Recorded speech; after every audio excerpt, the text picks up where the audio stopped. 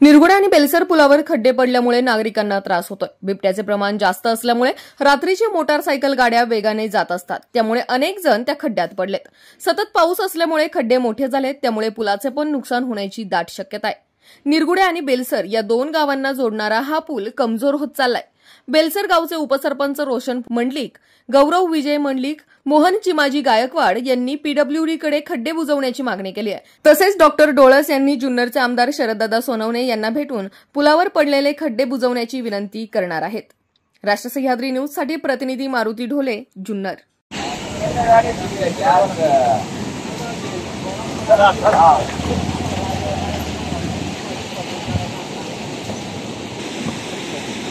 आपण पाहताय की जुन्नर तालुका हा पर्यटन तालुका म्हणून घोषित झालाय आणि ह्याच तालुक्यामध्ये जर याची अवस्था असेल आणि आपण पाहू शकतो सरकारी गाडी चालली, ही गाडी आता कशी चालली बघा, हे मोटरसायकलवाले कसे येतात बघा।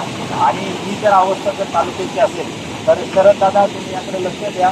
हा जो पूल आहे अनेक गावांना जोडणारा पूल आहे आणि जर हा पूल नादुरुस्त झाला, खालून तुम्ही पाहिलं तर खालून पुलाचा भाग बराच सुटत चाललेला आहे आणि जर नादुरुस्त झाला तर ह्या गावाचा जुन्नर तालुक्याची संपर्क तुटेल आणि जर ही अशी चित्र जर तालुक्याची दिसत असेल तर पर्यटन स्थळासाठी ती चांगली नाही। कारण अनेक पुणे जिल्ह्यातून मुंबईमधून अनेक पर्यटक ह्या इकडं पर्यटन स्थळी फिरायला येतात।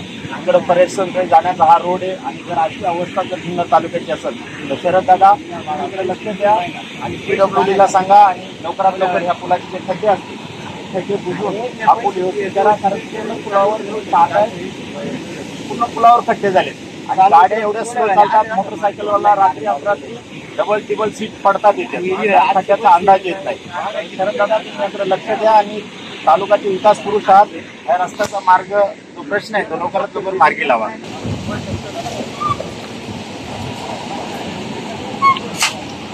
डॉक्टर तुझे गाव तुमचं, तुम्ही ह्याच रस्त्याने रोजचं ये जा करतात? ह्याच रस्त्याने ये जा।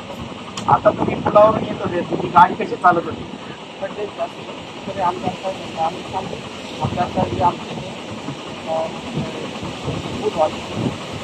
अच्छा, शरद दादा सोनवणे आमदार तुमचेच आहे, तुम्ही शरद दादांना काय सांगणार या रस्त्याबद्दल?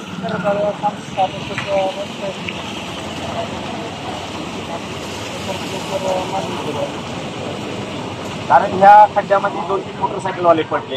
या तुम्ही पाहता या ब्रिजच्या बाजूला कठाडा नाही इथं, प्रत्येक गाडीवाला येतो। रात्री आपल्या जेव्हा गाड्या येतात त्यावेळेस वाघाच्या भीतीमुळे लोक फास्ट गाडी चालवतात आणि पडतात, त्याबद्दल काय सांगा?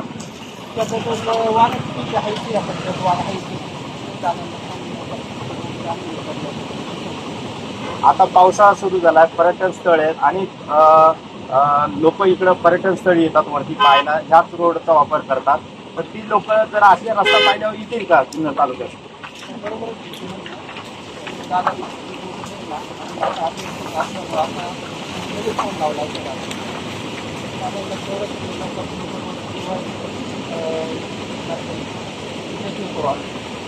ठीक आहे, आपण पाहतोय डॉक्टर साहेब आहेत, दादांचे कार्यकर्ते आहेत आणि ते दादांना सांगणार आहेत, कारण दादा आता अधिवेशनात आहे। दादा त्यांना शनिवार रविवार जुन्नर तालुक्यात भेटतील आणि ते दादांच्या कानावर ही गोष्ट घालतील आणि आपण वाट पाहूया की शरद दादा लवकरात लवकर हा रस्ता व्यवस्थित करतील, जेणेकरून लोकांची गैरसोय होईल। नमस्कार, आपण कुठे राहतात? या रस्त्याबद्दल तुम्ही काय सांगायचं ते पाहून? काय भरपूर मावळ पट्ट्याला जोडणार आहे, चाळण झाल्या त्यामुळे तिथून होणारा सगळा आयुष्यही होतो आणि गाड्याची यायला जाणाऱ्या गाड्यांची सर्व्हिसिंग आपल्याला 6 महिने रस्त्यामुळे आपल्याला माहीत 2 महिने सगळे पाटे देते काय आपल्याला लागते, त्याच्यावर दुसऱ्या प्रकारे नुकसान होतं लवकरात लवकर काहीतरी क्लिअर करून मार्गी लागलं पाहिजे। भाषेत जाते आपला माणूस शरद दादा सोनवणे आमदार, आमदार साहेबांना तुम्ही काय मागणी करणार?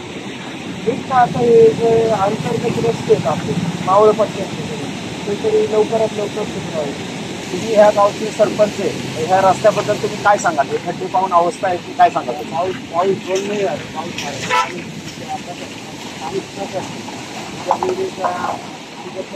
रस्ता येतो तांबा वारून सर्व गाड्या मिळून जो आहे म्हणजे पूर्णपणे जवळजवळ 60 गावात रस्त्यावरती जाणे येणार आणि प्रशासन महिना झाला आहे. पाऊस चालू रस्त्यात लक्ष देत नाही. वारंवार त्यांना गुजरातचे त्यांच्या डोक्यात येत नाही. रोजगार करणारी दिली तरी पण खाली प्रशासन लक्ष देत नाही. आणि प्रशासनाला तुम्ही पत्रव्यवहार व्यवहार केला का? पत्रव्यवहार नाही केला, पण शासकीय बस जातात, बसवाले सांगतात त्यांना पूर्ण खराब रस्ते आणि प्रशासन काही ज्यावेळी दुर्घटना घडल्यानंतर मग ते येणार. दुर्घटनेच्या आधी जर त्यांचे रस्त्याच्या बाजूचे गंधांना ही मनुष्य प्रशासन लक्ष देत नाही कोणाला. इथे मागीच्या आठवड्यात ऍक्सिडेंट झाला, मोटरसायकलवाले पडले खड्ड्यामध्ये, कारण बॅलन्स त्यांना सांभाळता आला नाही, खड्ड्यात गाडी आपली, पाण्याचा अंदाज आला नाही, पावसात पडले. त्याबद्दल तुम्ही काय सांगाल? काय का स्थानिक प्रशासन लक्ष देत नाही तर आता त्याबद्दल काय सांगायचं. आणि पंचायत समिती साहेब इलेक्शन आले, आता या इलेक्शनच्या पिरियडमध्ये स्थानिक कार्यकर्त्यांनी लक्ष द्यायला पाहिजे ना. आपल्या भागात जे रस्ते घेतले तुम्ही ज्यावेळेस इलेक्शन आल्यानंतर तुम्ही करा, ज्यावेळेस दुर्घटना घडली त्यावेळेस तुम्ही करा ना. इथे या पुलाच्या बाजूला संरक्षण कठाडं नाही, तर कठाड्याबद्दल तुम्ही काय सांगाल? भिंत बांधणे गरजेचे आहे का